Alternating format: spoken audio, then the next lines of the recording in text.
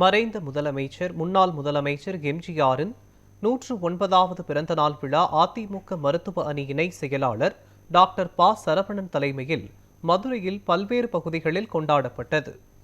பந்தல்குடியில் பொங்கல் விழாவை ஒட்டி நடைபெற்ற கபடி போட்டிகளை தொடங்கி வைத்து அவர் பரிசுகளை வழங்கினார். இஸ்ரேல் நாட்டு சுற்றுலா பயணிகளுடன் இணைந்து எம்ஜிஆர் படத்திற்கு மரியாதை செலுத்தினார்.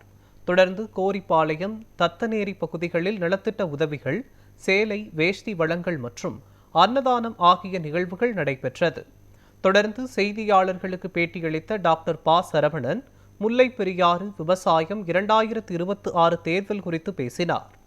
திமுக அரசு மக்களை ஏமாற்றும் அரசாக, நயவஞ்சக அரசாக செயல்படுகிறது எனவும் 2026 அதிமுக பொதுச் செயலாளர் எடப்பாடி பழனிசாமி தலைமையில் அமையக்கூடிய கூட்டணிக்கு மக்கள் வாக்களிக்க வேண்டும் எனவும் கேட்டுக்கொண்டார்.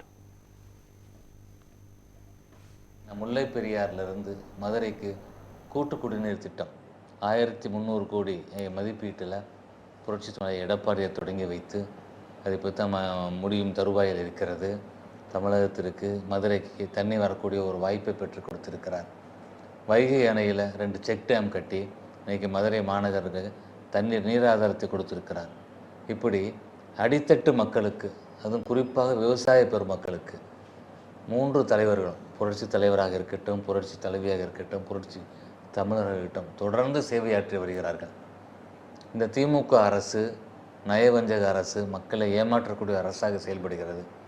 அதனால் மக்கள் நீங்கள் இதெல்லாம் மனதில் எடுத்து வரக்கூடிய 2026 சட்டமன்ற தேர்தலில் எடப்பாடியார் தலைமையில் அமையக்கூடிய கூட்டணிக்கு நீங்கள் வாக்களித்து அவரை தமிழ்நாட்டின் முதலமைச்சராக நீங்கள் ஆக்க வேண்டும். தமிழகத்தில் இருக்கக்கூடிய குறைகளை களைவதற்கு அவர் தயாராக இருக்கிறார் என்று சொல்லி உங்களை 2 கரம் கூப்பி விரும்பி கேட்டுக்கொள்கிறேன். நன்றி.